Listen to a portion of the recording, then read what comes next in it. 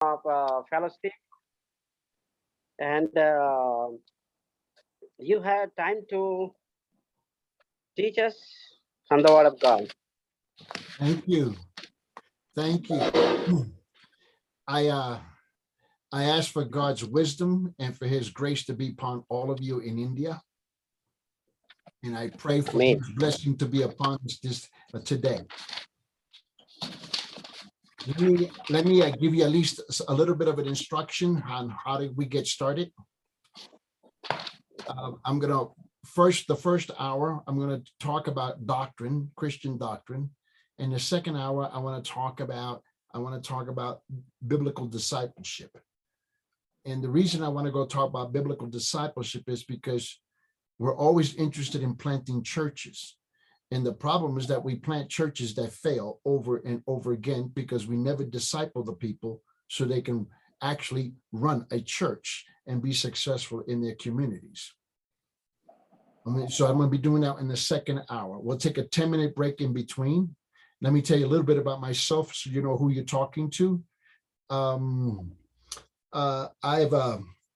been to about 120 countries in the last 38 years, training pastors. I oversee 714 churches in 54 different countries. I do run our School of Theology, the Talmud School of Theology. I pastored for 38 years in the United States. I now live in South America in the country of Peru, in a place called Cusco, which is up in the mountains. So we stay about 5 Celsius degrees as opposed to that wonderful 40 that you have. And so it's a different lifestyle for me now. I'm going to be 70 years old this year. And so I've done this for a long time.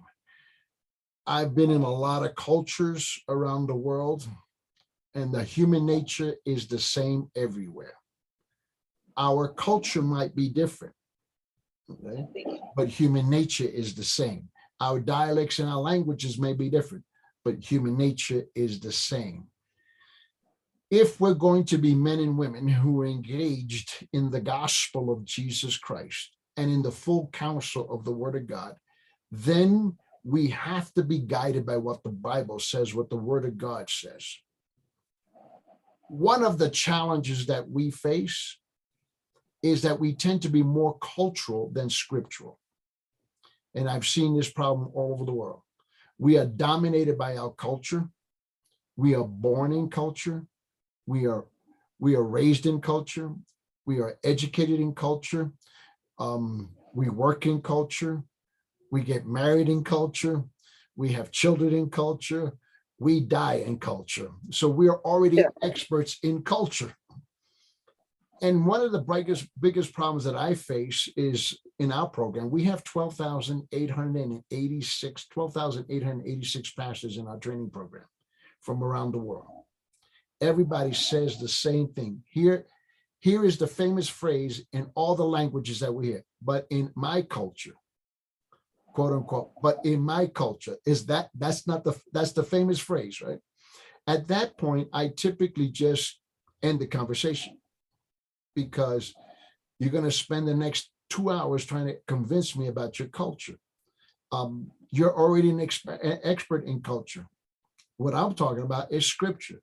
So we want to look at this from a scriptural perspective rather than a cultural perspective. The Church of Jesus Christ is expressed in culture. It is. We have our own traditions, we have our own dialects, we have our own food, we have our own dress, we have our own customs, and so forth and so forth. And we need to honor and respect that. But we must honor the Word of God above all of that. And one of the problems is that we tend to negotiate the scriptures with the culture. And every time we do that, we elevate culture above the scripture. And one of the things that we have to understand is that the Word of God, okay? And I want to illustrate it this way for you.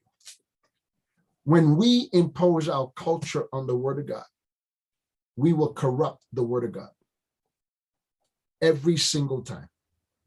And we will justify it because we're experts in our culture. What we have to do is to impose the scriptures upon the culture. And when we do that, we do not destroy culture, we purify culture. And the culture remains as it is in every country, in every community, as distinct as it may be. So I want you to understand how I approach the scriptures. All right? I will uphold scripture above culture every single time. Let me please remind you, I've been to 120 countries. Okay? So I've seen every cultural argument people can tell me. Okay? I work with 4 other pastor groups in India as well. So I understand the arguments. Okay? That's not the issue. The issue is that we have to negotiate culture, but we have to obey scripture. And that's not easy. I think we have to be honest. That's not easy because our people have deep roots in culture. Right? And this is how we think, this is how we do. It doesn't matter, but this is who we are.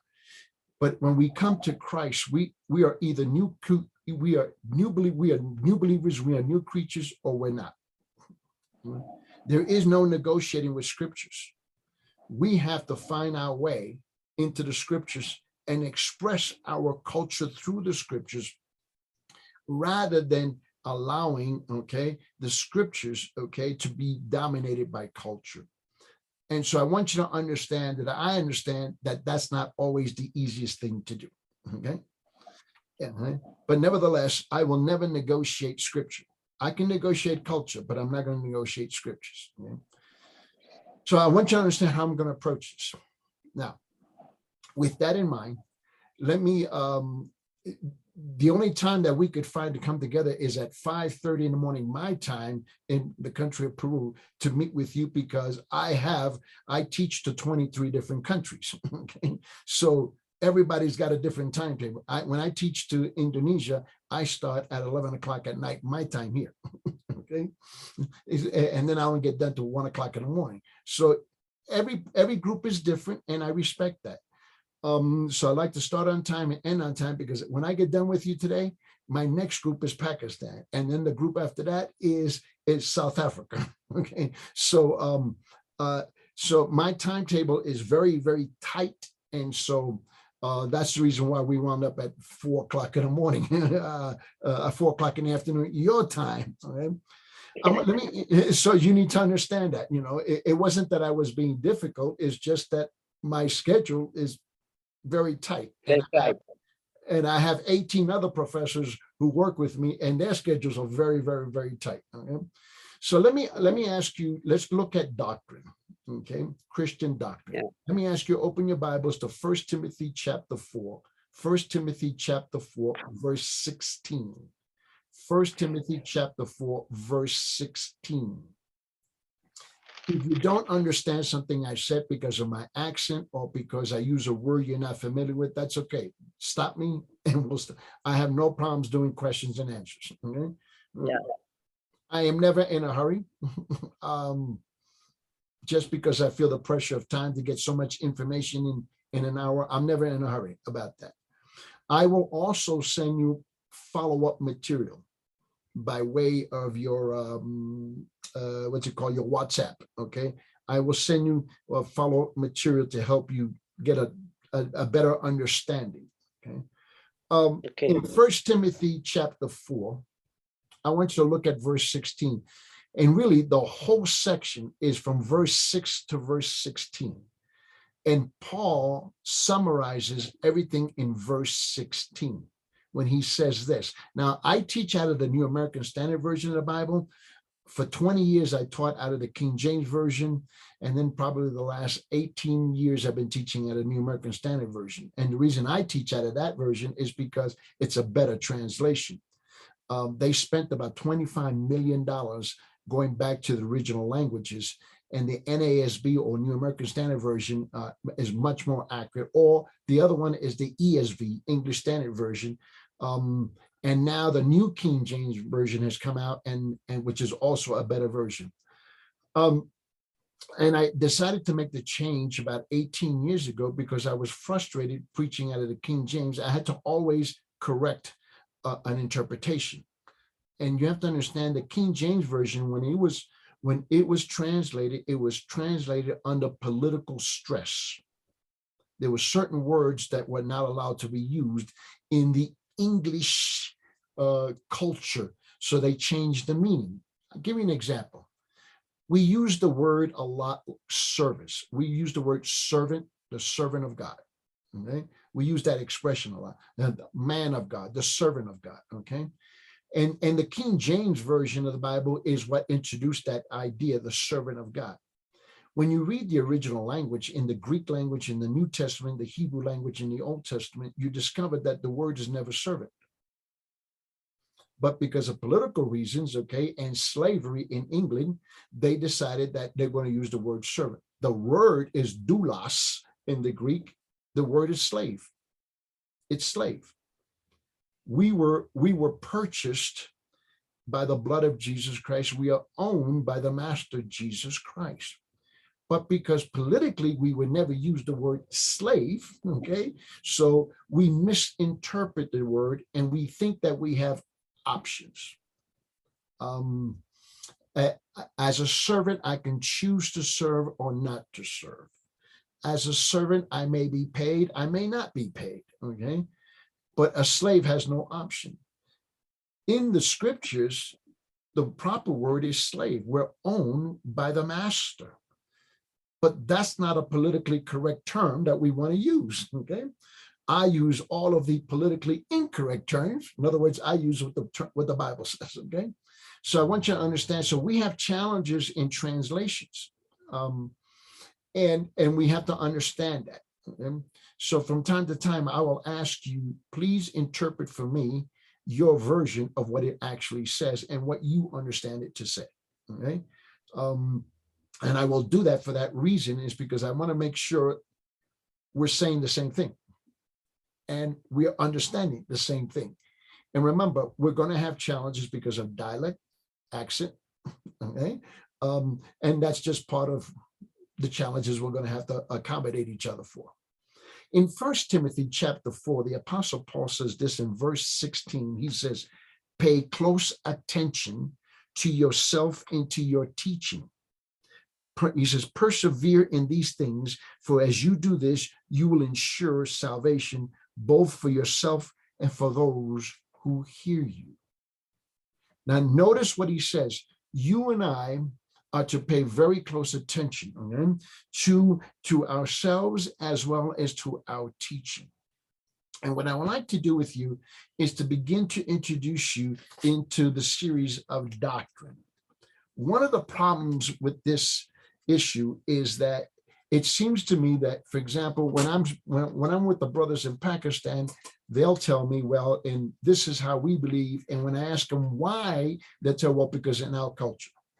When I'm with the brothers in Indonesia, they'll say the same thing. When I'm with the brothers I work in 14 countries in Africa, they'll say the same thing. In Latin America, they will say the same thing. Either you and I serve the same God or we don't. And there's only one word. There's only one Bible, different translations, but there's only one truth, okay? So we have to be on the same page at the same time, going in the same direction for the same purpose with the same truth. Now, don't ask me to repeat that, but I want you to understand that. So denominations, different pastor groups have different approaches.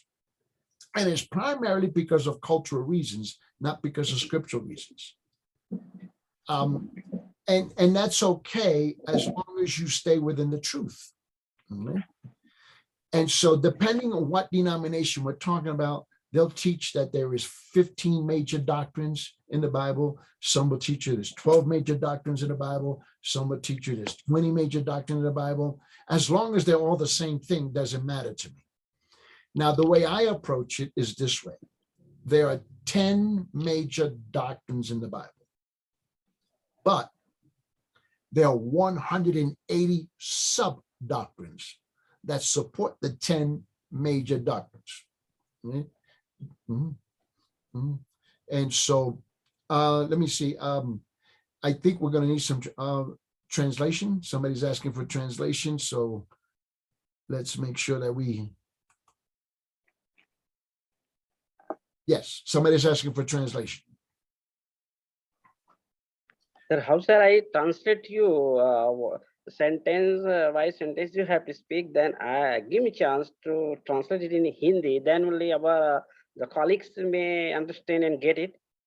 So Okay. if you speak long, like a sermon, long sermon, so I could not get it more. All right.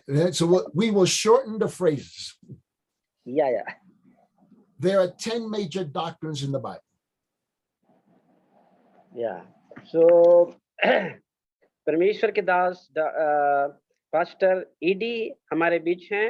वो अपने बहुत ही व्यस्त समय को लेकर के हमारे बीच समय दिए हैं। हम उसका हृदय से स्वागत करते हैं। और वह 23 देशों में सेवा देते हैं और 12,800 करीब पासवानों के मध्य वो सेवा देते हैं और काफी लंबे समय से वो पास्टर का काम करते हैं। उनका उम्र अभी वर्तमान में 70 साल हो चुके हैं। हम उसको धन्यवाद देते हैं परमेश्वर का कि उनका उम्र 70 साल तक ईश्वर ने बचाया रखा और अपनी सेवकाई में बहुत ही अच्छे रीति से उन्हें इस्तेमाल करते हैं। और उनका कहना है कि जब 23 अलग-अलग देशों में इस सुसमाचार को लेकर जाते हैं, तो हर एक पासवान का कहना उनका है कि हर देश में इंसान है और हर इंसान के अपने अलग-अलग संस्कृति है और लेकिन मनुष्य का जो स्वभाव है वह एक ही है, चाहे वो कोई भी देश का व्यक्ति क्यों न हो। हर एक का संस्कृति अलग-अलग हो सकता है, लेकिन उसका मानव का जो स्वभाव है वो एक ही है। लेकिन वो यह भी कह रहे हैं कि परमेश्वर का वचन भी एक है और हमारी संस्कृति अलग-अलग है। लेकिन हम लोग संस्कृति में पैदा होते हैं, संस्कृति में पलते हैं, बढ़ते हैं और संस्कृति में शादी और विवाह करते हैं और संस्कृति में ही हम जीते और मरते हैं। लेकिन कभी-कभी हम लोग अपनी संस्कृति को ज़्यादा प्राथमिकता दे देते हैं। तो जो परमेश्वर के वचन को हम लोग ऐसा नहीं करना है। परमेश्वर के वचन को हमारे संस्कृति में प्रभाव उसको डालना है। जब यदि हम परमेश्वर के वचन को प्राथमिकता देंगे, तब हमारा संस्कृति बिगड़ेगा नहीं। हमारी संस्कृति में सुधार आएगी, करेक्शन आएगी और उसमें सुधार आएगी और परमेश्वर को भाता हुआ हमारा जीवन संस्कृति में प्रवाहित होगा। जो परमेश्वर को भाता हम जीवन जी पाएंगे। तो परमेश्वर के दास का कहना है कि जब हम परमेश्वर के इस शिक्षा, वचन आधारित शिक्षा जो परमेश्वर के दास लोगों ने अलग-अलग परमेश्वर के दास लोगों ने परमेश्वर के इस बाइबल की शिक्षा को किसी ने 14 शिक्षा बताया है, किसी ने 12 शिक्षा बताया है, 12 डॉक्ट्रिन और किसी ने 10 डॉक्ट्रिन और परमेश्वर के दास बता रहे हैं। पास्टर ईडी का कहना है ये लोग मुख्य 10 बाइबल आधारित शिक्षा को प्राथमिकता देते हैं और उसके साथ-साथ 180 जो उसको सपोर्ट करते हैं, उस शिक्षा को भी उन लोग उसमें लागू करते हैं। तो मुख्य रूप से 10 जो है बाइबल आधारित शिक्षा पर हम लोग शिक्षा लेने जा रहे हैं परमेश्वर के दास के द्वारा। आमीन। So here's what we want to do. We're going to study God the Father, God the Son, and God the Holy Spirit, and the unified teaching, okay, of the doctrines of the Bible. हम लोग अब यहाँ पर परमेश्वर और परमेश्वर के पुत्र और पवित्र आत्मा के बारे में पढ़ाई करेंगे और उनकी जो शिक्षा है, बाइबल आधारित जो शिक्षा है, वो कैसे एक यूनिटी में, एक एकाग्रता में बना रहता है, उसके बारे में हम लोग अध्ययन करेंगे। So we have 4 objectives in our study of doctrines. हमारे जो बाइबल आधारित शिक्षा के 4 मुख्य विषय है। Okay? Number one, to be able to articulate the understanding of doctrine, the doctrines of the Bible. पहला है हम परमेश्वर की शिक्षा, वचन आधारित शिक्षा को हम क्या करें, उसको हम समझ सकें और उसको हम अभिव्यक्त कर सकें। Understand the key scriptural passages which support the doctrines. और हम उन वचनों को समझेंगे, खोज ढूंढ निकालेंगे जो इन बाइबल की शिक्षा को सपोर्ट करती है। We will also look at the difficult passages, okay, in understanding the scriptures. और हम उन कठिन जो परमेश्वर के वचन हैं, जो अध्याय में मिलता है, उनको भी हम लोग समझने का प्रयास करेंगे और ढूंढने का प्रयास करेंगे। Second objective, दूसरा जो विषय है, that is to be able to interact with each other respectfully and knowledgeably, okay, with those who hold different views of doctrines. और हम लोग परमेश्वर के वचन के शिक्षा पर न केवल उसको हम समझ सकें और उसको एक दूसरे के प्रति हम बांट सकें, और यदि किसी भी तरह की कंफ्यूजन और शंका आती है, उसको हम एक दूसरे से शेयर करके हम निकाल सकें, और हम दोनों का जो समझ है उस स्क्रिप्चर के शिक्षा के आधार पर मेल खाना चाहिए। And then number 3, और तीसरा जो विषय है शिक्षा का, that is to be able to identify the key areas of contemporary Christian life which are impacted by the doctrines. और उन शिक्षाओं की ओर हमको ढूंढ निकालना है जो हमें वर्तमान में जो मसीही के जीवन को प्रभावित करता है, जो हमारे वर्तमान जीवन में बहुत ही ज्यादा उपयोगी है। उन मुख्य वचनों को हमें ढूंढ निकालना है और उन्हें समझने का प्रयास करना है। And then number 4, और चौथी जो विषय है वो यह है, and that's to have a deeper understanding and the appreciation of the special covenant, okay, character of the relationship of the doctrines to the person of Jesus Christ.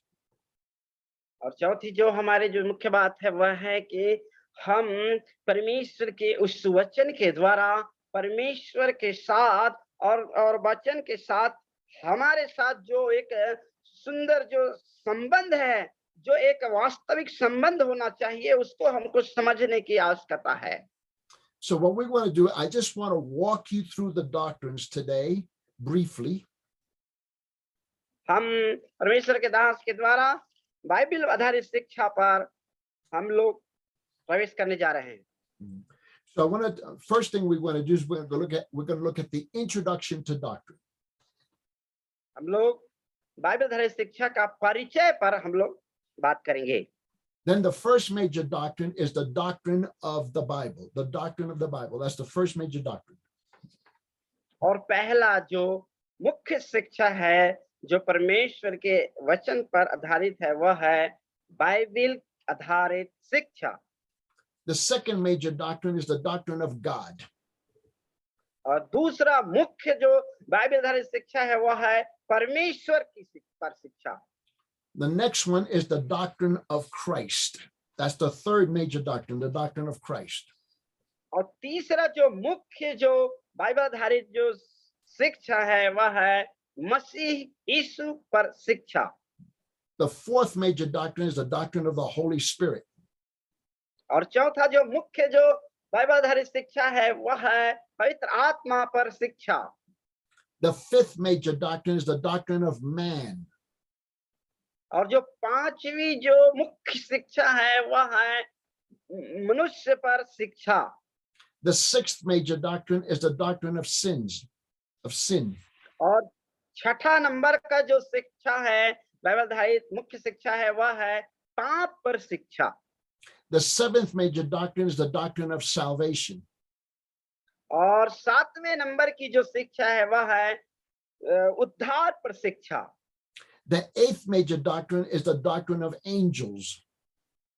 और आठवें नंबर की जो बाइबल आधारित शिक्षा है वह है स्वर्ग फरिश्ते पर शिक्षा, The स्वर्गदूतों पर। The ninth major doctrine is the doctrine of the church. और जो 9वें नंबर की जो शिक्षा है वह है कलीसिया पर शिक्षा। The 10th major doctrine is the doctrine of last things, or is the doctrine of last things, revelation, the end times. और जो 10वें नंबर की जो शिक्षा है वह है जो अंतिम समय की जो शिक्षा है, जो प्रकाशित वाक्य पर, जो अंतिम समय पर जो हम लोग जी रहे हैं उस पर जो शिक्षा है वह मुख्य शिक्षा है। Under those 10 major doctrines are 180 sub-doctrines. और उन 10 जो बाइबल आधारित मुख्य शिक्षा को सहयोग प्रदान करते हैं, 180 उनके सहयोगी जो शिक्षा है। And you must remember that all of these doctrines transcend all cultures and all languages. और अब हमको मालूम होना चाहिए कि ये सभी प्रकार की जो बाइबल आधारित शिक्षा है वह एक दूसरे से बिल्कुल मिले जुले हैं, वह एक दूसरे को सपोर्ट करते हैं। Please remember, there's only one heaven. और इस बात को आप लोगों को याद करना है कि एक ही नरक है। Right? There's no American heaven, there's no Chinese heaven, there's no Russian heaven, there's no Peru heaven. There's only one heaven, the heaven of Jesus Christ. और केवल एक ही स्वर्ग है और वह है प्रभु यीशु मसीह की है स्वर्ग। So I want to look at the first section called the Introduction to Doctrine, the Introduction to Doctrine. और बाइबल आधारित शिक्षा का परिचय। So under the Introduction to Doctrine, we have 9 sub-doctrines under that. और इस जो है बाइबल आधारित शिक्षा का परिचय पर हमारे पास 9 जो मुख्य शिक्षा है उस पर हम लोग बातें करेंगे। So the first thing we're going to look at is the number 1, the Apostles' Doctrine. This is under the Introduction to Doctrine. I'm going to give you 9. और ये शिक्षा का परिचय पर आधारित जो बाइबल आधारित शिक्षा है उस पर जो 9 मुख्य जो शिक्षा हैं उसमें पहला है प्रेरितों की शिक्षा। So the first, number 1, is the Apostles' Doctrine. The Apostles' Doctrine. पहला जो प्रेरितों की शिक्षा है। Number 2 is heresy. और दूसरा है झूठे भविष्यवक्ता की शिक्षा। Number 3 is called double verities or double truth. और तीसरे नंबर की जो शिक्षा है वह है द्विवादी, मतलब 2 विचारधारा की शिक्षा। Number 4 is the faith, definition of faith. और चौथे प्रकार की जो शिक्षा है वह है विश्वास की परिभाषा। Number 5 is the failure of faith. Failure of faith. और 5वें नंबर की जो शिक्षा है वह है विश्वास में जो असफल हो जाते हैं उनकी शिक्षा। Number 6 is the witness of the Spirit. The witness of the Spirit. और छठा नंबर का जो शिक्षा है वह है आत्मा की गवाही। Number 7 is called fundamentalism. Fundamentalism. और जो है 7वां नंबर का जो है जो फंडामेंटलिज्म, मतलब जो अपने आप जो का है, जो कल्चरवादी हैं वो लोग अपने आप को कहते हैं जो शिक्षा है वही उनका सब कुछ है। Number 8 is called tradition. Tradition. और 8वें नंबर की जो शिक्षा है वह है परंपरा। Number 9 is the principles of interpretation. The principles of interpretation. और 9वां नंबर की जो शिक्षा है वह है जो अनुवाद की सिद्धांत। So the only thing I'm doing this morning or this afternoon with you is just giving you an outline. और आज के इस संध्याकालीन या सर के लिए सुबह का समय जो है बाइबल आधारित शिक्षा का एक परिचय, एक रूपरेखा आपके सामने व्यक्त किया जा रहा है। So now let's go to the first doctrine. Number 1, the doctrine of the Bible. That's the first major doctrine, the doctrine of the Bible. और हम लोग सबसे पहला जो मुख्य जो सिद्धांत है बाइबल आधारित शिक्षा है वह है बाइबल पर शिक्षा। So we're going to look at 11 sub doctrines under the doctrine of the Bible. और इस बाइबल की शिक्षा पर हम लोग देखेंगे 9 मुख्य जो इनको सपोर्ट करते हैं, जो इसको बाइबल शिक्षा को प्रमोट करते हैं, उस पर हम लोग विचार करेंगे। So under the doctrine of the Bible, number one is revelation. Revelation. और प्रकाशन जो अन्य जो बाइबल की शिक्षा बुनियादी शिक्षा पर है, शिक्षा वह है प्रकाशन, बाइबल की प्रकाशन। Number two is the means of revelation. The means of revelation. और दूसरा जो शिक्षा है वह है प्रकाशन का अर्थ। Number three is the mystery. What is the mystery of the Bible? और तीसरा जो शिक्षा है वह गुप्त बात की शिक्षा। Number four, what is inspiration? The inspiration of the Bible. और चौथा नंबर की जो शिक्षा है वह है प्रेरणा पर शिक्षा, प्रेरित होना। Number five is the Holy Spirit in inspiration. The Holy Spirit in inspiration. और पांचवें प्रकार की जो शिक्षा है वह है पवित्र आत्मा के द्वारा प्रेरणा पाना। Number six is the authority of scriptures. The authority of scriptures. और छठे नंबर की जो शिक्षा है वह है बाइबल की अधिकार, बाइबल की अधिकार। And number seven is called inerrancy. Inerrancy. और सातवें नंबर जो है वह है परमेश्वर की वचन की त्रुटि रहित जो बात है उसको मानना। And then number eight is called the preservation of scriptures. The preservation of scriptures. और आठवें नंबर की जो शिक्षा है वह है परमेश्वर के इस वचन को सुरक्षित रखने की शिक्षा। Number nine, we'll be looking at the lost books. The lost books. नौवें नंबर की जो शिक्षा है वह छूटी हुई या खोई हुई किताब पर है। Number 10, we'll be looking at what's called canonicity. Canonicity. और 10वें नंबर की जो शिक्षा है वह है बाइबल जो अलग-अलग जो है जगह पर विभिन्न जो है बाइबल के दास, बाइबल को लिखा गया परमेश्वर के प्रेरणा के द्वारा उनको कैसे यूनाइट किया गया और कैसे वो एकदम धारा प्रवाह ढंग से परमेश्वर की प्रकाशन को, प्रेरणा को बताता है, उस विषय को शिक्षा के द्वारा बताना। And then number 11, we're going to be looking at illumination. Illumination. और 11वें नंबर की जो शिक्षा है वो है उसको कैसे मतलब इलाबोरेट करना, उसको मतलब बढ़ा चढ़ा के बताने की कला। So we're going to be looking at the introduction and the first major doctrine, which is the doctrine of the Bible. और हम लोग शिक्षा के परिचय के आधार पर हम लोग पहला जो मुख्य शिक्षा पर विचार करेंगे वह है स्क्रिप्चर पर शिक्षा, बाइबल पर शिक्षा। Now, what we're going to be doing here is looking at the foundation of doctrines. और हम लोग इस पर यहाँ पर इस बात देखने जा रहे हैं कि शिक्षा का आधार क्या है, बाइबल शिक्षा का मुख्य आधार क्या है। So that we have a better understanding when we stand in the pulpit to teach and preach the gospel and the full counsel of the word of God. ताकि हम लोग बहुत ही बेहतर ढंग से परमेश्वर के वचन का प्रचार कर सकें और उसको शिक्षा दे सकने पाए और एक दूसरे को समझा और समझ सकने पाए।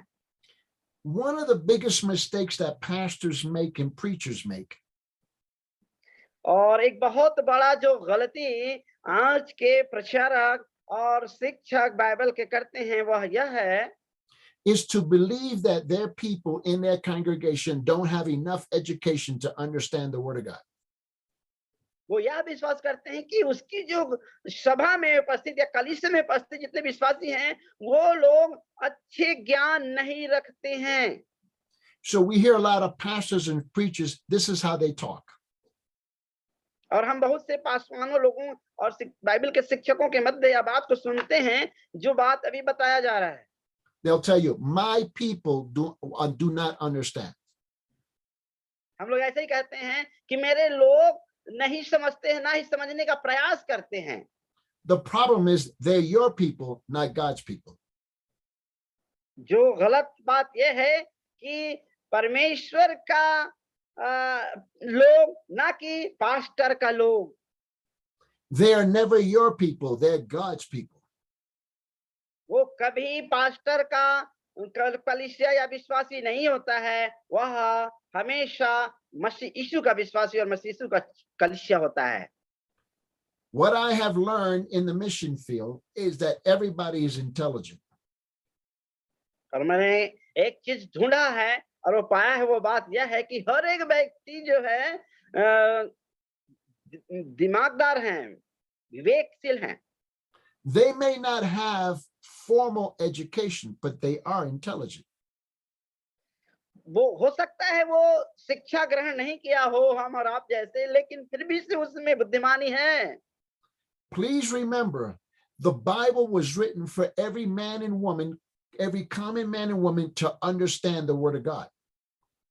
और इस बात को आप पर मुझे जान लेना है कि बाइबल जो है इसलिए लिखा गया कि हर एक सामान्य से सामान्य व्यक्ति इसको समझ सके और अपने जीवन में अपना सके। I have taught communities that are blind and cannot see.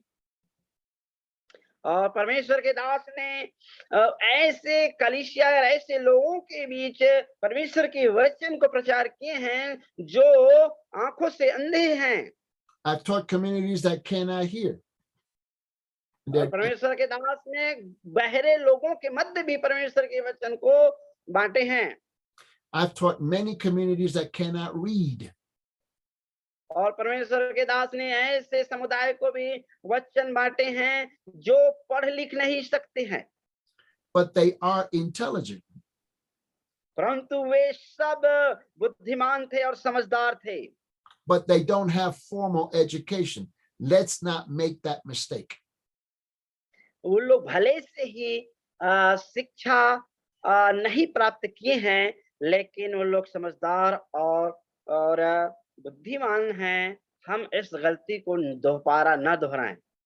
Everything I'm going to share with you in this course, Yeah, pardon me? everything that I'm going to share with you in this class, और जो कुछ भी बातें परमेश्वर के दास हमें सिखाने जा रहे हैं, we literally teach every Sunday in the church to the congregation. और जो कुछ भी बात वो सिखाने जा रहे हैं, वो हर एक बात अपनी कलीसिया में प्रत्येक सप्ताह वह उसको शिक्षा देते हैं। उन्हीं बात को आपको और मुझे शिक्षा देने जा रहे हैं। Now, I oversee 714 churches in 54 countries. और परमेश्वर के दास 740 कलीसिया को और 120 देशों के मध्य सेवाकाई को देते हैं। We have 118 different languages. और 180 अनेक प्रकार के भाषा है। So we will teach the doctrines to the congregations, whatever language it is, in the Bible study or Sunday morning or Sunday night, whenever you choose to do so. तो परमेश्वर के वचन की जो ये शिक्षा है, उन अलग अलग भाषाओं में इन्हीं मुख्य जो परमेश्वर के स्क्रिप्चर पर आधारित शिक्षा है, उन्हीं को वो हर एक भाषाओं में वो शिक्षा को देते हैं। A well-educated congregation with a local pastor who teaches them is a congregation that will evangelize and plant churches. और वह जो पासवान है जो अपने जो लोकल जो मातृ जो चर्च है जिसका वो सेवकाई करता है और उसी कलीसिया में वो सुसमाचार को फैलाता है। So I want you to understand the direction that we're going to be going in the teaching. अब हम लोग जो है शिक्षा पर जा रहे हैं, वचन की शिक्षा पर। Not only will we be theological, but we must be practical in the application. और हमारा जो सीखने का जो उद्देश्य होना चाहिए, हमारा ज्ञान में बढ़ोतरी नहीं होना चाहिए, परंतु हमारे व्यवहार में, हमारे जीवन में उन शिक्षा को धारण करना हमारा उद्देश्य होना चाहिए। We must be careful not to stay in the academic tower, but we must also go to the upper room. और हमें इस बात को विशेष ध्यान देना है कि हम लोग बड़ी सो कॉल्ड शिक्षा को न प्राप्त करें, परंतु हमारा जीवन जो शिक्षा हमने ग्रहण किया है उसके अनुकूल होना चाहिए। So this is the new adventure that you and I are going to take together. और यह एक अद्भुत बात है जिस बात को आप और मैं लेने जा रहे हैं। Okay, now let's I promise you I would give you a 10-minute break between two classes. यह परमेश्वर के दास हमें 10 मिनट का समय विश्राम का देंगे इन दो शिक्षाओं के मध्य। So the first class is on doctrine. और पहला जो शिक्षा है वह है बाइबल आधारित शिक्षा। The second class will be on biblical discipleship. और दूसरा जो कक्षा होगा, शिक्षा का सत्र होगा, वह है बाइबल आधारित शिष्यता की शिक्षा। Now, before we take our break, are there any questions? और इससे पहले कि हम लोग 5-10 मिनट विश्राम में जाएं, यदि आप लोगों के मध्य किसी के मध्य कोई प्रश्न उठ रहा होगा, कोई शंका उठ रहा होगा, आप स्वतंत्रता महसूस करें और आप अपना प्रश्न रखें और आपका प्रश्न और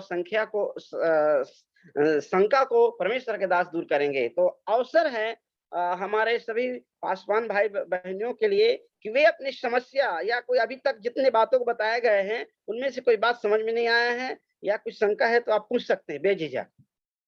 Are there any questions before we take our break? या कृपया प्रश्न पूछ सकते हैं हाथ अपना ऊपर उठा करके। Going once, twice? Sold. No questions. Okay, let's take our 10-minute break. And then we'll pick up our second class, introduction. Okay. तो 10 मिनट का हमें विश्राम मिला है जिसमें हम लोग pastor Nand Lahare ji, hello pastor Nandu. Yes. That's the voice of the Holy Spirit. तो 10 मिनट का हमें सर ने थोड़ा विश्राम दिया है, तो इस बीच एक आध गवाही आप रख सकते हैं, कोई पासवान जी को कहें और वो लोग अपना गवाही शेयर कर सकते हैं। Yes, after break. हाँ, ये 10 मिनट का ब्रेक है।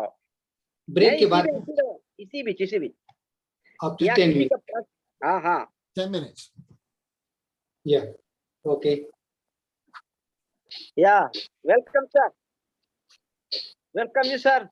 After break. All right, let's get started in our Welcome, sir. second hour. Thank you. आइए आराम करते हैं। गवाही है भैया, गवाही के बाद फिर क्लास में जाएंगे। मुकेश भाई के पास है testimony. No. Time is up. समय चला गया। Okay, then no problem. Next time, brother. Sorry, na. Let's get started. I want to look at the second class. Okay. Biblical discipleship. और दूसरा जो बाइबल आधारित शिक्षा है उस पर हम लोग बातें करेंगे, वह है बाइबल आधारित शिष्यता की शिक्षा। We're going to be looking at the terms of discipleship or the requirements for discipleship. और हम लोग शिष्यता की आवश्यकता के और उसके व्यवहारिकता के विषय हम लोग देखेंगे।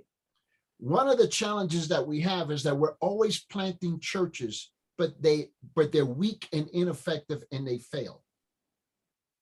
और सबसे बड़ी हमारे पास एक समस्या या चुनौती बनकर के सामने आती है, वह है हम हमेशा कलीसिया का निर्माण करते जा रहे हैं, लेकिन जो कलीसिया जो है स्थिर और मजबूत नहीं बन पा रही है। People are born again, they're in love with Jesus, but they're ignorant of his word.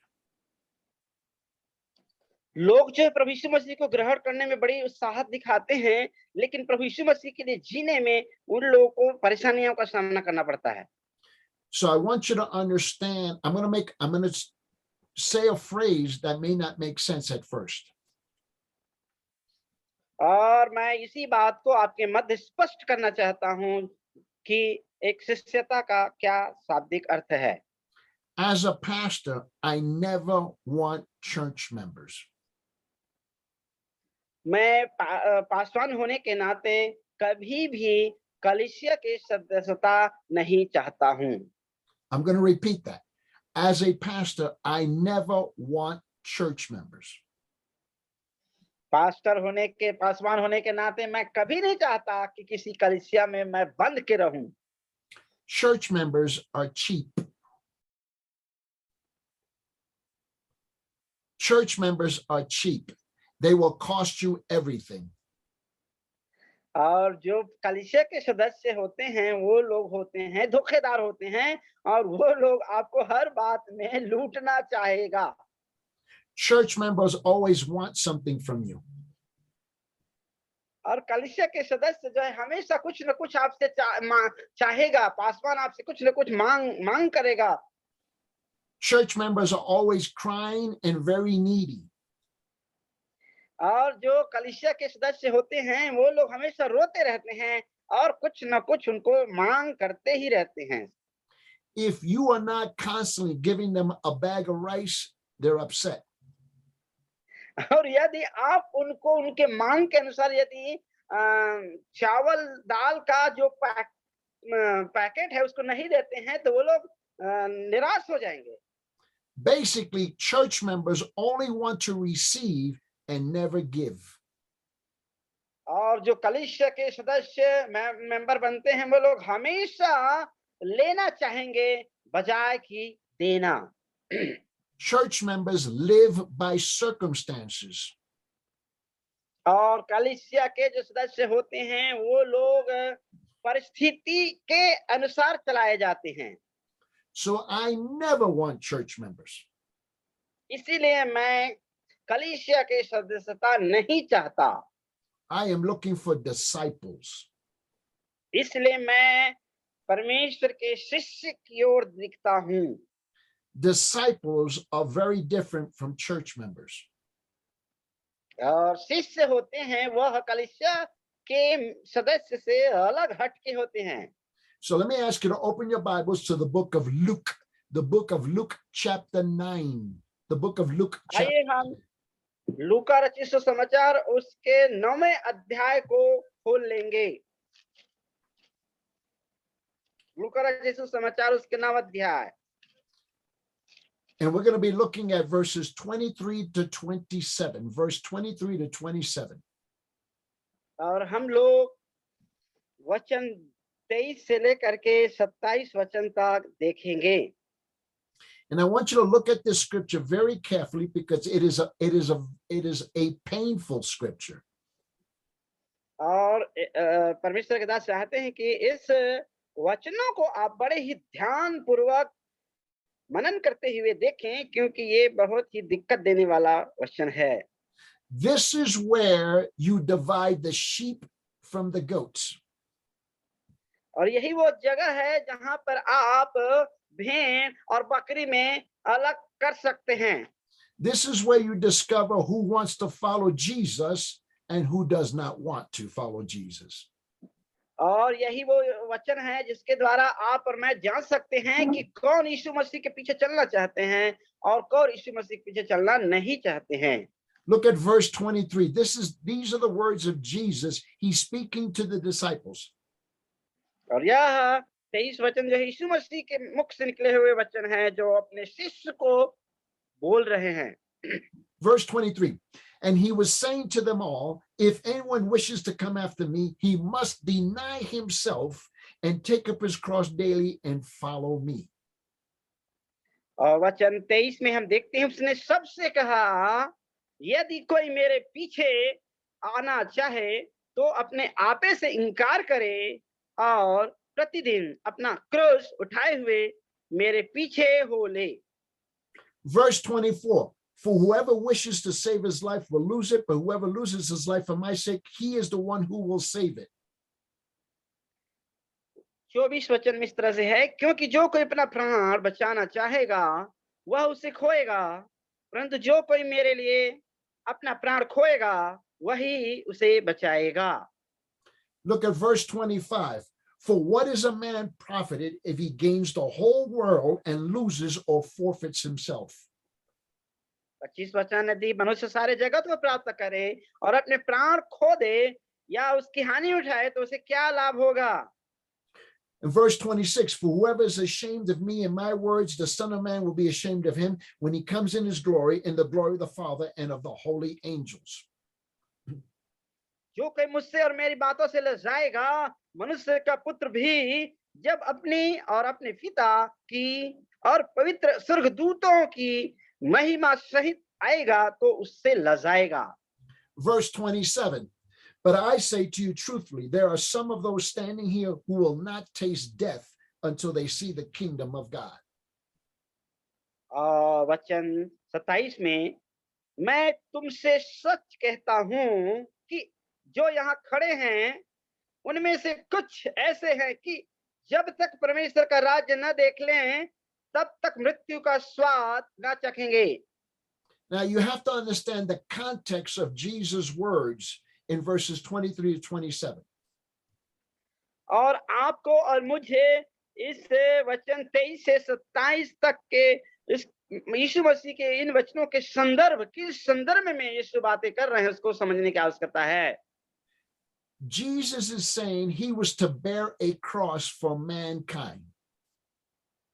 प्रभु यीशु मसीह कह रहे हैं कि प्रभु यीशु मसीह मनुष्यों के लिए क्रूस उठाया। Jesus just had this discussion with his disciples. और यह वार्तालाप यीशु मसीह अपने शिष्यों के साथ कर रहे हैं। The disciples were struggling to understand what he was saying. परंतु उसके शिष्य लोग यीशु मसीह की इस बातों को समझने में दिक्कत परेशानी हो रही है, आपस में बातें कर रहे हैं, समझने का प्रयास कर रहे हैं। Now, in that same scripture, go back to verse 18. Look at Luke 9:18 to verse 22. और हम लोग इसी में देखेंगे 9 अध्याय उसके 18वें वचन पर, तो हम पाते हैं जब वह एकांत में प्रार्थना कर रहा था और चेले उसके साथ थे तो उसने उनसे पूछा, लोग मुझे क्या कहते हैं? So let's read verse 18, 19, 20, and 21, 22. और उन्होंने उत्तर दिया, यूहन्ना बपतिस्मा देने वाला और कोई एलिय्याह और कोई यह कि पुराने भविष्यवक्ताओं में से कोई जी उठा है। 20 वचन, उसने उनसे क्या पूछा, परंतु तुम मुझे क्या कहते हो? In verse 8, ने उत्तर दिया, look at verse परमेश्वर 18. का मसीह। तब उन्होंने चिताकर कहा कि यह किसी से न कहना। In verse 18, and it happened that while he was praying alone, the disciples were with him, and he questioned them, saying, who do the people say that I am? Yeah, I read already. And I want to emphasize something here. Look at verse 22. Okay. Look at verse 22 very carefully with me. Jesus says something that they don't understand and they're in shock. और वचन 22 में जब प्रभु यीशु मसीह के इस वचन को जब लोग शिष्य लोग सुनते हैं तो लोगों को झटका लगता है, क्योंकि प्रभु यीशु के इस वचन को लोग समझ नहीं पा रहे हैं। The people saw Jesus as the great victor, who would come and set them free, and they did not understand he was coming to suffer and die for them. और यहूदी लोग और उसके शिष्य लोगों को यीशु के प्रति उनकी जो समझदारी थी कि यीशु मसीह एक बहुत बड़ा विजेता है, वो हमारा राजा है और वो हमें गुलामी से आजाद करेगा और हमें सुख की जिंदगी देगा, ऐसा उसकी अपेक्षाएं थी यीशु मसीह के प्रति।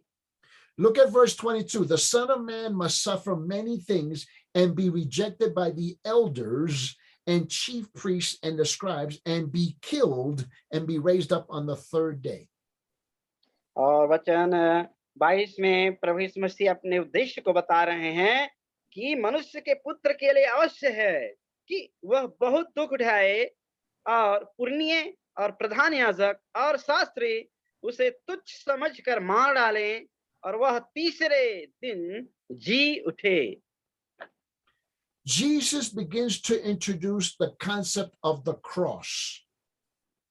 प्रभु यीशु मसीह यहाँ पर क्रूस के संदर्भ में बातें कर रहे हैं। Not only does he introduce his own cross, but he introduces a second cross. और प्रभु यीशु मसीह यहाँ पर दो तरह के क्रूस के विषय अपना विचार व्यक्त कर रहे हैं। This is a shock to the disciples. और यह बड़ी झटका की बात है शिष्य लोगों के लिए। He said that there was another cross that man was to bear to carry also. और उन्होंने कहा कि एक और क्रूस है जो हर एक मनुष्य को होना है अपने जिंदगी भर। He said if a man wishes to follow Christ, he would have to carry his own cross. और यदि कोई व्यक्ति मेरे पीछे चलना चाहे तो वो है उनको अपना क्रूस उठाकर चलना है। He says that there was no option. Discipleship demanded it. Man must carry his own cross. और कोई दूसरा विकल्प नहीं है। यदि आप शिष्य हैं तो आपको ये अपना खुद का क्रूस उठाकर चलना ही होगा। See, everybody understands that Jesus died on the cross for us. और सब लोग इस बात को जानते हैं, समझते हैं कि यीशु मसीह ने हम सबों के उद्धार के लिए कलवरी क्रूस पर मर गए। The believer accepts that. और हर एक विश्वासी इस बात को स्वीकार करता है। Until the believer discovers he has to carry a cross also. जब जो विश्वासी है वह इस बात को ढूंढ निकालता है कि अरे मुझे भी क्रूस को लेकर के चलना है। So when we study this passage in Luke chapter 9 verse 23 to 27, और जब हम इस लूका रचित सुसमाचार उसके 23 अध्याय से 27 वचन तक देखते हैं तो हम इस बात को पाते हैं कि we're going to divide this into 5 major points. और इसमें हम 5 बिंदु मुख्य बिंदुओं पर हम लोग अभी बातें करेंगे। Point number 1. पहले बिंदु The terms of discipleship. The terms of discipleship. और शिष्यता की शर्तें। पहला है शिष्यता की शर्तें। That'll be verse 23. वो है 23 वचन। Point number 2. दूसरा जो बिंदु है The warning to the materialist. The warning to the materialist. That'll be verse 24. और वचन 14 में प्रभु कह रहा है दूसरा कि जो क्या करते हैं अपने संपन्नता की खोज में रहते हैं, मटेरियलिज्म के खिलाफ हमको जाना होगा। Point number 3. तीसरा जो बिंदु है and that is the question that is being asked of the materialist. The question for the materialist. और प्रश्न करना है उस संपन्नता के प्रति। That'll be verse 25. वो है वचन 25 में हम पाते हैं। Point number 4. चौथी बिंदु That is the judgment of the materialist. The judgment of the materialist. That'll be verse 26. और वचन 26 में जो संपन्नता के प्रति न्याय। And then point number 5. और 5वें नंबर के बिंदु है That is the disciples' reward. The disciples' reward, God's kingdom.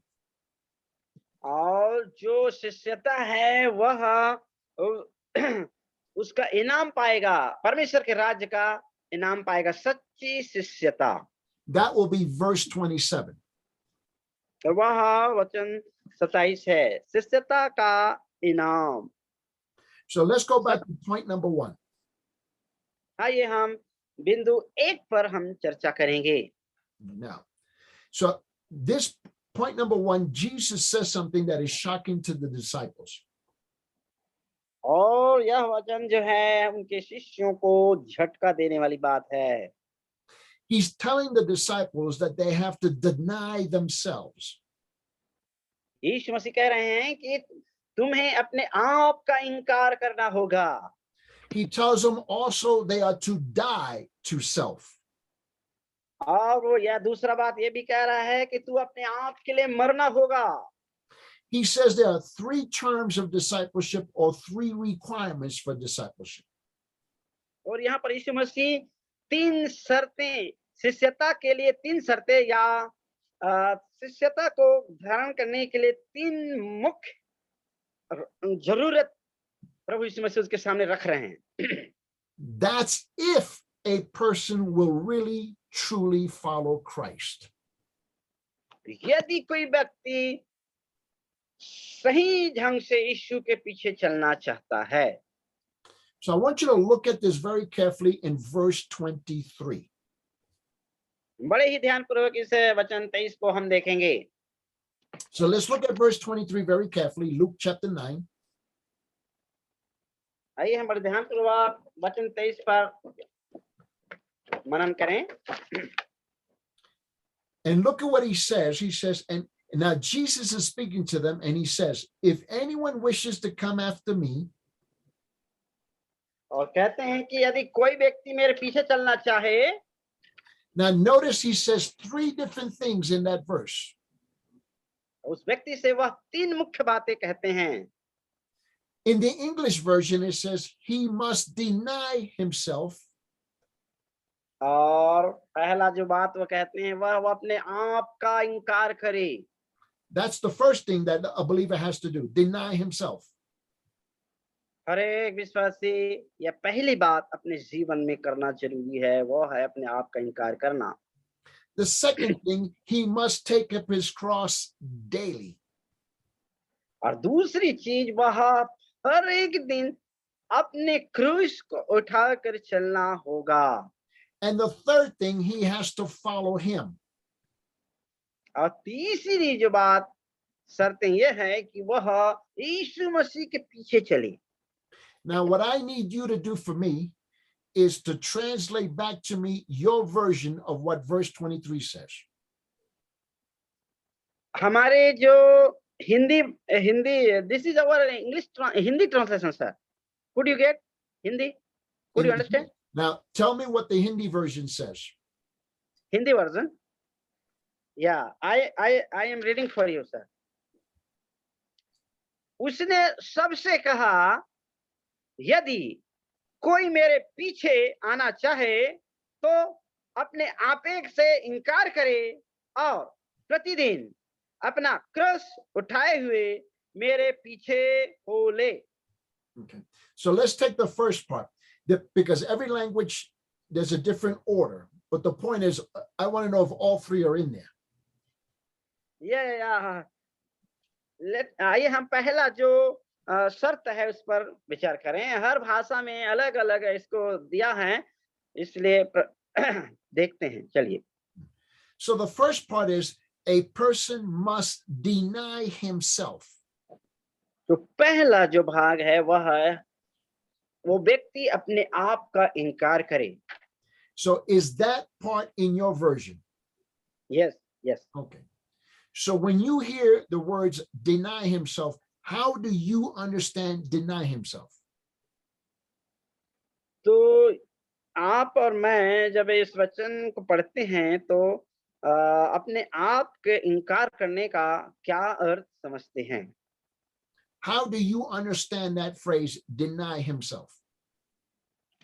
इस वचन का क्या अर्थ आप अपने जीवन में समझते हैं? अपने लिए क्या समझते हैं? Now is when I need a dialogue. I need to hear from you. या सर चाहते हैं कि आप अपना विचार रखें, व्यक्तिगत विचार रखें। अनम्यूट करें और अपना व्यक्तिगत विचार रखें। अपने आप को अनम्यूट करें। पासवान लोग क्या समझते हैं इस वचन से? आप अपने आप से इनकार करने का क्या तात्पर्य है? इस पर अपना मत रखें।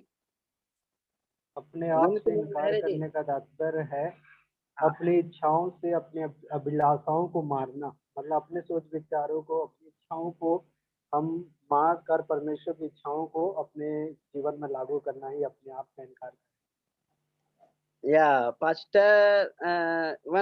Pastor Mukesh, he's saying sir, that our desires and our ambition has to sacrifice and the desires and the ambitions of our Lord has to take daily.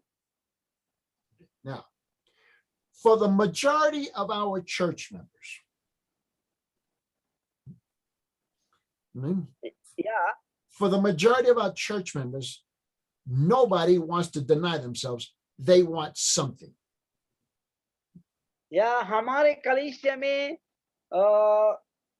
बहुत ज्यादा से ज्यादा लोग अपने आप का इनकार करना नहीं चाहते हैं।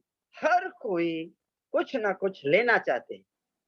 That's because, culturally speaking, poverty is so real in so many countries around the world.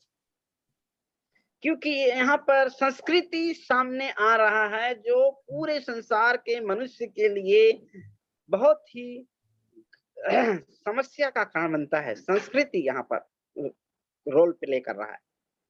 So I would ask Pastor Mukesh, I would ask you, how many of your church members come to you and say, I'm willing to sacrifice everything?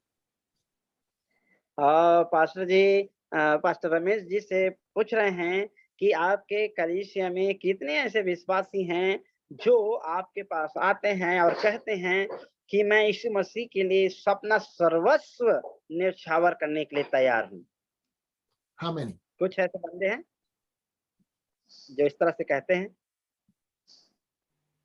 Pastor मैं तो अभी training department में हूँ, मतलब student को teach कर रहा हूँ।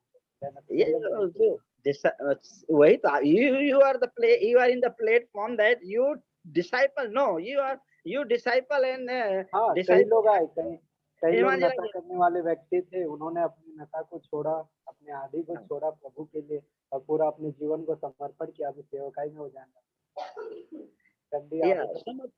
Sir, he's saying that some of his student, he is a Bible school teacher, and he train pastor and send them to the field for the evangelization. So in his experience, he's saying that some of the students, they were addicted, like tobacco chewing and alcohol drinking, like nature they had earlier. After coming Bible college and studying and getting training, they have left that evil practice and they are changed their life and they are serving the Lord. Okay. So let me ask you, let's illustrate this. या आइए हम इसको बड़े ही विस्तार से जानने का प्रयास करें। Let us say that you have 50 bags of rice. यदि आपके पास 50 चावल के बोरे हैं, and let's say each bag has 5 kilos of rice. और उस हर एक बोरे में 5-5 किलो चावल रखा हुआ है। And now you have these 50 bags of 5 kilos of rice at the church. और आपके कलीसिया में उन 50 बोरों में 5-5 किलो चावल रखा हुआ है। And let's say you have 100 church members. और आपके पास 100 कलीसिया हैं, 100 सदस्य हैं आपके कलीसिया में। Do we understand each other? क्या आपने एक दूसरे को समझ पा रहे हैं? And you're going to give away 50 bags of 5 kilos of rice. और उसमें से आप 5 किलो वाले उस बोरे में से 50 लोगों को देने जा रहे हैं। And you have 100 church members. और आपके पास 100 कलीसिया में सदस्य हैं। So here's my question to you. यहाँ फिर प्रश्न कर रहे हैं प्रभु Das ji. Will all 100 church members rush at the door for you to give them a 5 kilos of rice? क्या सभी विश्वासी आपके पास दौड़े दौड़े आएंगे और कहेंगे कि हमें चाहिए उस 5 किलो के चावल का बोरी, हमें दे करके सभी लोग आपके पास दौड़ते आ जाएंगे? Yes or no? हाँ या नहीं में उत्तर दें रमेश जी, पास्टर मुकेश जी। हेलो। क्लियरली मैं वो स्टोरी का उदाहरण को समझ नहीं पाया। जैसे आपके पास 100 विश्वासी है और आपके पास 5-5 किलो के 100 बोरे हैं, ठीक है? और उसमें से आपने 50 बोरी को 50 लोगों को बांटना चाह रहे हैं, ठीक है? हाँ। ठीक है? तो क्या हाँ। 50 लोग ही आएंगे कि पूरा कलीसिया के सदस्य आकर के आपसे हमें चाहिए क्या कहने लगेंगे? तो हाँ या ना? पूरा कलीसिया के लोग ही आएंगे हमें। हाँ, yes sir. All the members will come and ask him for the rice bag. Right. Okay. So now, but how many of the 100 would say to Pastor Makesh, no, please give it to my brother, not to me? और उन 100 कलीसिया सदस्यों में से कितने लोग यह बात को कहेंगे कि नहीं नहीं नहीं, मुझे ये चावल की बोरी मुझे नहीं चाहिए, इस बोरी को किसी और को दे दीजिए? कितने लोग कहेंगे? How many of your brothers would say, no, please give it to my brother, not to me? कितने लोग कहेंगे कि मुझे नहीं चाहिए, मेरे कलीसिया के दूसरे भाई को दे दीजिए? कितने लोग कहेंगे ऐसा? Pastor Mukesh ji, How many? nobody will. Nobody. Okay. You see, this is the point that I want to make with you. और यहीं पर वह बात है, बिंदु है जिसे परमेश्वर के दास हमें बताना चाह रहे हैं। If you and I are not capable of doing something so small as a 5 kilo bag of rice and give it to somebody else instead of taking it, हम और आप बड़े ही बुद्धिमानी के साथ उस 5 किलो के चावल के बैग को हम बांटने में जो बुद्धिमत्ता नहीं दिखा पा रहे हैं या अपने आप को व्यक्त नहीं कर पा रहे हैं बुद्धिमानी के साथ, ये बड़ी बात है। then we're going to struggle with the very first command in verse 23 to deny himself. और यहाँ पर पहली जो बात शर्त सामने आ रहा है वह है कि अपने आप का इनकार करना। You see, the difference between rich people and poor people, और गरीब और अमीरों के बीच जो अंतर है वह बताया जा रहा है। I'm going to repeat it. The difference between rich people and poor people और गरीब और अमीर के बीच क्या अंतर है? is nothing. कोई अंतर नहीं है उन दोनों के बीच। The poor want what the rich have, और गरीब चाहता है कि क्या जो अमीर के पास है उसको वो चाहता है कि मेरे पास हो जाए, and the rich will try to keep the poor from taking what they have. और अमीर चाहता है कि जो कुछ भी गरीब के पास है उसे वो और ले ले। Why is that true? क्यों यह बात सत्य है? Because they both want the same thing. They are materialistic. क्योंकि दोनों उस चावल के बोरे को प्राप्त करना चाहते हैं, इसलिए वो लोग मटेरियलिस्टिक हैं, वो लोग संपदावादी हैं। Now, I live in the country of Peru, way down in South America. और दक्षिण अमेरिका में परमेश्वर के दास रहते हैं, where poverty is very real. जहां गरीबी बहुत ही वास्तविकता में वहां है। So everything in the mind is about give me, I need. तो जो गरीबी में जीता है या गरीब है वह उसके दिमाग में भरा हुआ है कि मुझे दो, मुझे आवश्यकता है, मुझे दो। That's what we work with. और उन्हीं के मध्य हम लोग काम करते हैं। So this thing up here has to change. और ये कि हमारी जो सोच है, So the very first command in verse 23 is to deny himself. तो पहला जो शर्त है, पहला जो आज्ञा है प्रभु का वह है, That's the difference between a church member and a disciple. और यही वह अंतर है एक कलीसिया के सदस्य में और एक शिष्य। So we're going to look at point number 1. A person must deny himself. तो वह व्यक्ति अपने आप का इनकार करे। Now, let's speak in general terms. आइए हम सामान्य बातों को करें। Man's tendency is to indulge himself. और मनुष्य की यह टेंडेंसी रहा है कि वो अपने आप को ज्यादा बढ़ाने का भाव में रहता है। Man wants to do exactly what he desires to do. और मनुष्य की यह टेंडेंसी रहा है कि जो कुछ भी वो सोचता है वही वो करना चाहता है। But the believer is to never indulge himself. और जो विश्वासी है वह कभी अपने आप को ऐसा नहीं वो अपने आप का इनकार नहीं करता है। You see, a lot of people, they're looking for their own comfort and their own ease, their own relief. और बहुत से लोग या अपने सुविधा अपनी स्वार्थ के पीछे ही चलना चाहते हैं, उसी को ढूंढते हैं अपने स्वार्थ को पूरा करने के लिए, अपनी संपदा को बढ़ाने के लिए। People want to satisfy their own appetites and their own urges. और लोग जो है अपने खुद के जो आवश्यकता है और खुद की जो भूख है उसको ही मिटाना चाहते हैं। Human nature is that we only think about our own thoughts and our own feelings.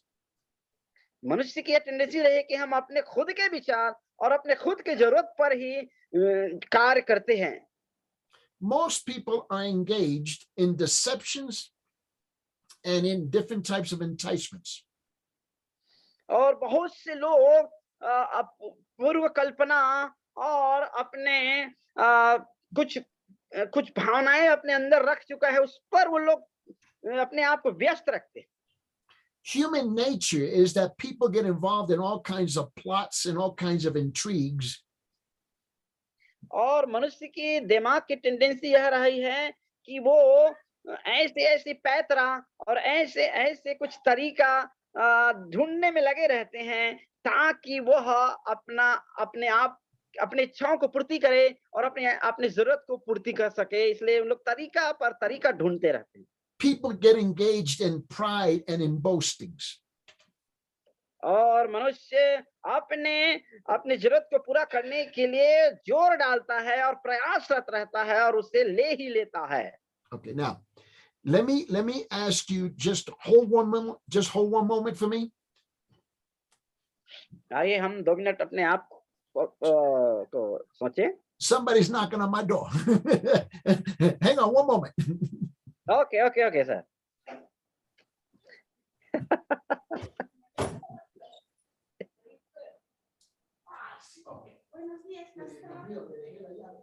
Sir के दरवाजे में कोई आगे खटखट आ रहा है, 2 मिनट रुकिए कर।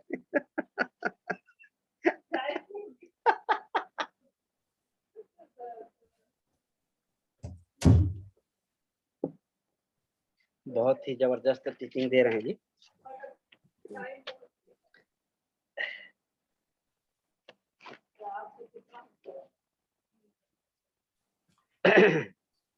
You have to understand, we have to fight against human nature. आपको और मुझे ये बात समझने की जरूरत है कि हमें अपने मनुष्य के स्वभाव के प्रति, अपने खुद के स्वभाव के प्रति लड़ाई करना। Now, just watch my face for a moment. और कुछ समय के लिए आप मेरे चेहरा को देखें। Now, I understand I'm old and ugly, so I understand that. अपने फेशियल एक्सप्रेस के द्वारा अपने आप को व्यक्त कर रहे हैं। But when you're teaching and preaching, isn't this what you see? और जो हम परमेश्वर के वचन को बांटते हैं और उसको शिक्षा देते हैं वो इस तरह से है। People go like this. Correct? Yeah. They move their heads up and down, right? They go like this, right? Yeah. In our India. But this is what you don't see. In their hearts, their head goes like this, but in their hearts they go like this. Yes. Right? लोग जो है सिर को हिला करके हामी तो भर देते हैं, लेकिन हम उसके दिल कहता है ना ना ना ना ना ना ना। Right? They look at you with a smile. They go, "Yes, Pastor," but in their hearts they go, "No way." Yeah. Right? So you Yeah. have to understand that discipleship is the fight between this and this. तो शिष्यता जो है युद्ध है इसके और इसके बीच। That's the fight you and I have every single time we stand in the pulpit or we visit somebody's home. और यह जो युद्ध है जो मैं और आपके बीच हमेशा के लिए है, जब हम किसी कलीसिया में विश्वासी से मिलते हैं या अपने आप जीवन जीते हैं। So you have to understand that you and I are always doing something new while we're undoing something old. और आपको और मुझे इस बात को महसूस करना है कि क्या मैं कुछ नई बात कर रहा हूं या पुरानी ही बात मेरे जीवन में बनी हुई है। When you are bringing a new biblical truth, you have to undo a lie in their hearts. तो जब आप बाइबल के अंदर से सत्य को सामने लाना है तो आपको झूठ बोलना पड़ेगा। Now, I'm going to make a statement here and I'm going to explain that statement. और इस बात को मैं स्पष्ट करने जा रहा हूं। You teach people how to treat you. और आप और मैं लोगों को यह शिक्षा देते हैं कि उन लोग मेरे प्रति कैसा व्यवहार करें। You teach people how to treat the word of God. और आपको और मुझे कलीसिया के लोगों को यह शिक्षा देना चाहिए कि वचन को कैसे सीखना चाहिए। If you have church members that are always lying to you and you allow them to lie to you, और आपके कलीसिया में लोग हैं जो आपसे झूठ बोलते हैं और उन लोग झूठ बोलने का परमिशन भी देते हैं आपको, they will continue to lie to you. और वो लोग लगातार आपसे झूठ ही बोलता रहेगा। Okay? If you have church members who say, "I'm going to do this," but they don't do this, और आप अपने कलीसिया के सदस्य कहते हैं मैं ये करने जा रहा हूं, लेकिन वो लोग कहते हैं हम लोग ये काम नहीं करेंगे, they will always do that. और वो लोग हमेशा यही करेंगे। So the question is, how does a believer learn to deny himself? तो प्रश्न यह है कि कैसे कलीसिया विश्वासी अपने आप का इनकार करना सीखता है। There are 4 things that a believer has to learn to do. 4 बातें हैं जो विश्वासी को हर एक विश्वासी को सीखना चाहिए। Number 1, he needs discipline and control. और पहला है वह अपने आप को अनुशासित करे और नियंत्रित करे।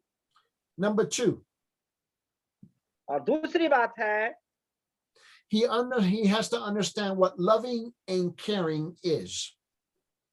और दूसरी बात यह है कि वो समझना चाहिए उनको कि वो प्रेम करना क्या है और दूसरे की रेख देख करना क्या है, लविंग एंड केयरिंग। Number 3, और तीसरी बात है he needs to learn what it means sacrificing and giving. उनको इस बात को सीखने का आवश्यकता है कि बलिदान और देना क्या है। Number 4, he has to learn what it means helping and ministering. और चौथी बात यह है कि उसको सीखना है कि इस सेवकाई क्या है और प्रभु का वचन क्या है। It's not until our people learn to sacrifice and to give and to help and to minister और जब तक हमारे लोग इस बात को नहीं समझेंगे कि सेवा क्या है और कुर्बान करना क्या है, तब तक वह अपने जीवन में प्रभु अपने आप को डिनाई नहीं कर सकता है, अपने आप का इनकार नहीं कर सकता। If they don't learn to do that, they'll never learn how to deny themselves. और जब तक ये इन चारों बातों को नहीं सीख पाते हैं तब तक वो अपने आप का इनकार नहीं कर पाएंगे। You must remember, our people always want something, but they don't want to give. They want to receive. और इस बात को आपको मुझे समझने की आवश्यकता है कि हमारे लोग हमेशा कुछ पाना चाहते हैं बजाय देना। Sir, could you please repeat the four things that you have shared? Please, could you please repeat that? Are the four things I said to you? Okay. Yes. Okay, number one, if they're going to learn to deny themselves, number one, they have to learn discipline and control. Number one, discipline and control. या अनुशासित होना और नियंत्रित होना। Number two, या they have to learn to be loving and caring. या प्यार करना और एक दूसरे का ध्यान रखना। Number three, they have to learn sacrifice and giving. Sacrifice And giving.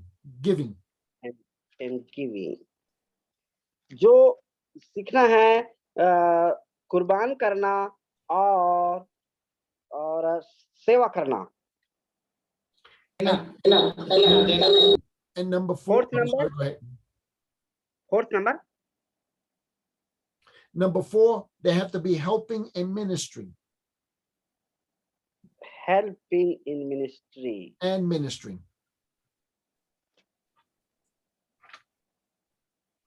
मदद करे और सेवा करे, प्रभु की सेवा करे। चौथी बात। Thank you, sir. This is the struggle you and I have. Our people और यही जो संघर्ष है जो आप और मैं बीच में है।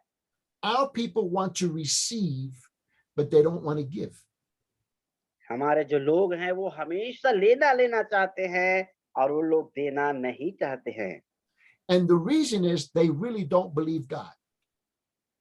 और वास्तव में कारण यह है कि वो लोग वास्तव में परमेश्वर पर विश्वास नहीं करते हैं ऐसे लोग। You see, they believe here the intellectual idea of God, but they don't believe here the person of God. क्योंकि ऐसे लोग अपने समझदारी और बुद्धिमानी में परमेश्वर को यहाँ समझते हैं, परंतु परमेश्वर के को यहाँ से समझने वाले ही दिल खोल के दे पाते हैं। Now there's an old expression. और यहाँ पर एक पुराना तरीका है अभिव्यक्त करने का।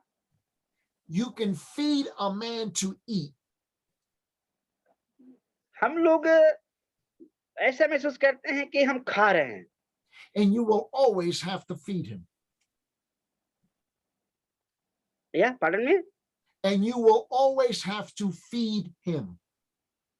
और आपको हमेशा उसको खिलाना है।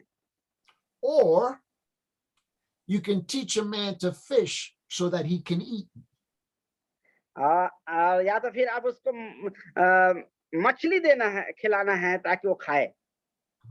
And see, that's the difference between being a church member and a disciple. और यही वो अंतर है दोनों के बीच में, शिष्य और कलीसिया के सदस्य के बीच का अंतर यही है। Now people tell me, Brother Eddie, you just don't understand how poor we are. और यहाँ पर हम देख रहे हैं कि हम कैसे समझें कि सत्य शिष्य कौन है। No, I do understand. I was raised in poverty. I understand it. I lived it. और प्रभु के दास कहते हैं कि मैं ऐसे ही वातावरण में पला बढ़ा। Do you realize that poverty is a man-made problem? और क्या आप इस बात को विश्वास करते हैं कि गरीबी जो है मनुष्य द्वारा बनाया गया समस्या है? Do you understand that God has the answer for poverty? क्या आप विश्वास करते हैं कि गरीबी के लिए परमेश्वर के पास उपाय है? The problem, we as pastors, we as preachers don't believe God either. और यदि हम गरीबी के उपाय परमेश्वर के पास है करके यदि हम विश्वास नहीं करते हैं तो हम पासवान और परमेश्वर के जन लोग इस बात को समझ नहीं पाते हैं। Look, we have 12,886 pastors in our training program from around the world. और 20 परमेश्वर के पास 20 इस तरह से जूम मीटिंग वो लेते हैं जिसमें 1280 जो है अलग-अलग देशों में पासवान के मध्य वो सेवकाई देते हैं। But every day in our ministry, we receive emails and text messages between 25 and 40 pastors from around the world और उनमें से केवल 40 या 50 जो परमेश्वर के दास लोग ही परमेश्वर के दास से मैसेज के द्वारा या ईमेल के द्वारा इनसे बातें करते हैं all asking for money. और उसमें से हर एक पासवान लोग पैसे मांग करते हैं। Now, let me ask you a question. आइए मैं आपसे एक प्रश्न करता हूँ, If a pastor you never met in your life writes to you and asks you for $1,000, और यदि वो प्रभु के दास जिससे आपने कभी जीवन में नहीं मुलाकात किया है और वो आपसे $1,000 पैसे की मांग कर रहा है, you've never met him, you never heard from him. कभी उससे आपने मिला नहीं, कभी ना उससे आपने मिला ही नहीं, Would your wife allow you to send him $1,000? क्या आपकी पत्नी आपको अनुमति देगा कि उस बंदे को आप $1,000 दे दो? Yes or no? हाँ या नहीं? She would probably make sure that you meet Jesus tonight. अपने आप को इनकार करना यही तो है। Hallelujah. Okay? So you have to understand that people are always, these are pastors, they're reaching for out, they reach toward man and not to God. ऐसे पासवान लोग प्रभु के लोगों को ले रहे हैं, प्रभु के लोगों को बढ़ा रहे हैं, लेकिन परमेश्वर को महिमा नहीं दे पा रहे हैं। Now, so people really, what happens is that, let me put it this way for you. This is the church at this level. Here's the church. This is the leadership, the pastor. Do you follow me? Yeah. The church can never rise above its leadership. Can never rise above its leadership. If the leadership is down here, the church is even further down. The church follows the leaders. You understand that concept? Yes. Okay. Needs to be कलीसिया का स्तर है इस तरह से है और कलीसिया के अगुवा लोगों का अगुवाई करने का स्तर ये है। यदि अगुवा लोगों का स्तर ऊपर बढ़ेगा तो ये लोग ऊपर बढ़ेगा और यदि कलीसिया के अगुवा लोगों का स्तर नीचे आएगा तो ये लोग भी नीचे आएगा और यही स्थिति आज कभी भी दोनों का स्तर एक समान नहीं होने जा रहा है और यही सबसे बड़ी प्रॉब्लम है। So now we have the church here, we have the leadership here, and we have God here. और हमारे पास ये कलीसिया है, ये अगुवा लोग हैं और यहाँ पर परमेश्वर है। If the leaders not following God, then you can rest assured the church will not follow God either. और यदि कलीसिया के अगुवा लोग परमेश्वर को का पीछे नहीं चल रहे हैं तो कलीसिया के लोग भी परमेश्वर के पीछे नहीं चल पाएगा। And one of the biggest problems that pastors face all over the world और एक सबसे बड़ी समस्या जो पूरे संसार में पासवान लोग सामना करते हैं वो यह है कि is that a pastor willingly sacrifices his wife and his children वो यह है कि पासवान जो है अपने खुद के इच्छा से अपने बच्चों और अपनी पत्नी का परित्याग करता है and he does so on behalf of the church. और ये वो ऐसा इसलिए करता है क्योंकि वह कलीसिया की अगुवाई करता है, कलीसिया की निगरानी करता है। So please listen to my heart. तो कृपया करके मेरे हृदय की बात को आप सुने। God has never called you to sacrifice your wife or your children for the church. परमेश्वर ने कभी आपको अपने पत्नी और अपने बच्चे को कुर्बानी करने के लिए नहीं बुलाया है। Jesus Christ already sacrificed for himself for the church. यीशु मसीह ने अपने कलीसिया के लिए कुर्बानी दे दी है, परित्याग कर दिए हैं। You take the food from your wife and your children from your home and you give it to other people.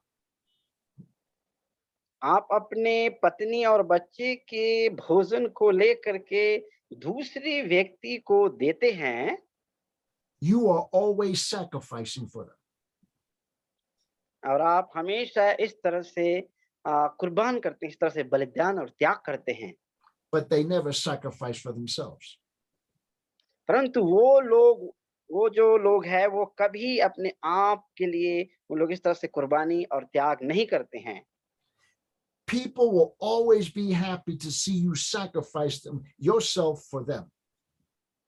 और लोग हमेशा इस बात को देखना चाहते हैं कि पासवान हमारे लिए परित्याग करे, हमारे लिए कुर्बानी करे। And when you say no to them, they leave the church.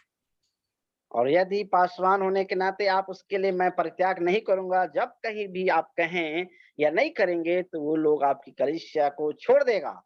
Because the entire relationship they have with you in the church is about what they're going to receive, not what they're going to give.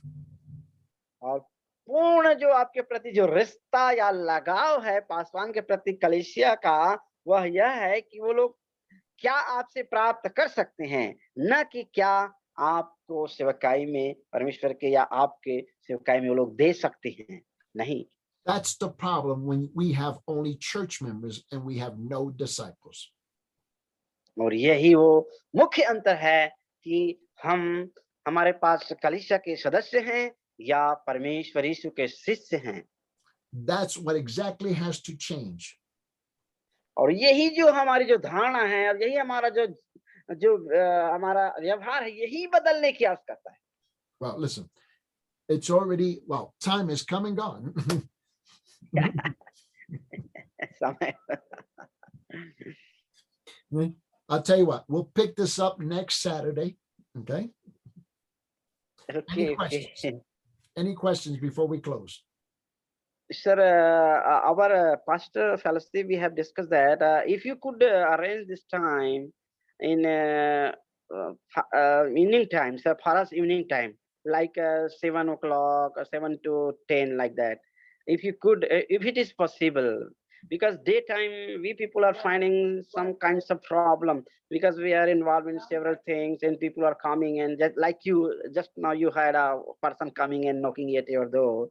So if we are not like that, we are mentally we are not prepared. If we are, if supposed to be this meeting has to be conducted in night time, that time no any kinds of disturbance would be, I believe.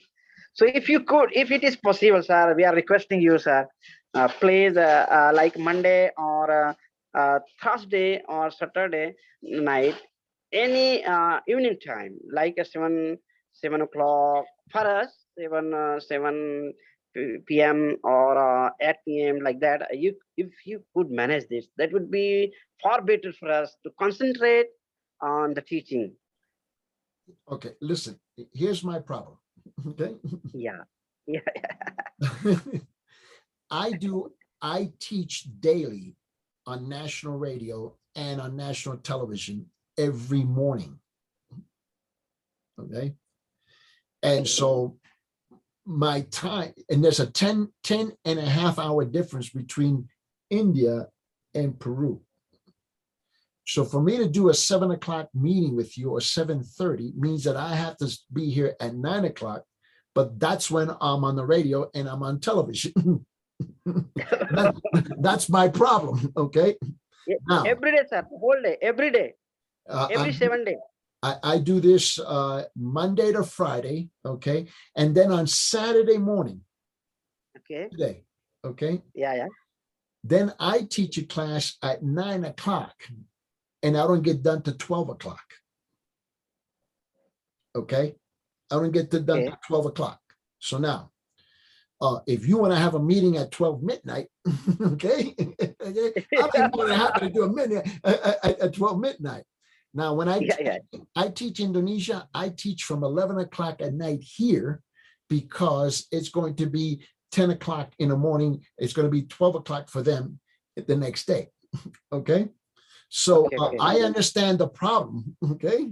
I really do understand the problem. Now, if you can solve my time problem, okay, I'd be more than happy to. Okay. So do you understand what my problem is? Okay. I teach. Yes, you are so right. I teach in 23 different countries. Right. And this group came on last, and I was trying to figure out where do I fit them? Where do I fit you? And I'm like, there's only 24 hours in a day. So you're so great. You're so thankful. But tell me what is the latest? Tell me what is the latest that you can meet? We are planning, sir, if we instead of Saturday, the time could change it on Monday or on Thursday. Could it be on the same time? This for us 4 o'clock. The time we are not changing, but we want to change the day. If it is possible. Then I could tell you. Here's what I can do. On Yeah. Thursday. Yeah. I can change it to Thursday at this time. Yes. And then my group that I meet with in Japan, okay, I can move them around. Okay. Yeah. I can do that on Thursday at this same time. How does that work for you? Okay. It would be right for us. Is that agreeable to everybody? Yes, sir. Yes. Okay. Thursday. Every Thursday. Nand Kumar. Yeah. I am hearing. मतलब हर गुरुवार को इसी समय पर 4 बजे sir कर रहे हैं, राजी हो रहे हैं? Yes, no problem. ठीक है ना? We'll ask our team and they will join. This should be finalized. No, ये फाइनल होगा ये समय। I will tell them, they will join. Yeah. The boss spoke. The boss spoke. Yes, sir. Okay. Then I will send you a notice for this Thursday. Okay. Yeah.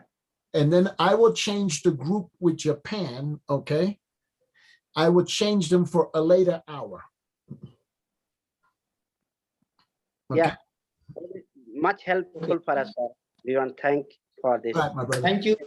We have to communicate this matter to our team. All right. God bless you. Yes, sir. Thank you. Can you pray and close the session, sir? Right. So, Lena, Please pray. our Father in heaven, we thank you for your love, your grace, and your kindness toward us. We love you. We love you. We love you. We trust you. We thank you for the richness of your word. Now I ask, Lord, to bless these men and these women as they prepare to serve you on the Lord's day, that they will give you all of the honor and all of the glory. In Jesus' name we pray. Amen. Amen. God bless you. Thank you, sir. Wonderful teaching. Thank you, wonderful teaching, sir. We are encouraged and challenged. Thank you.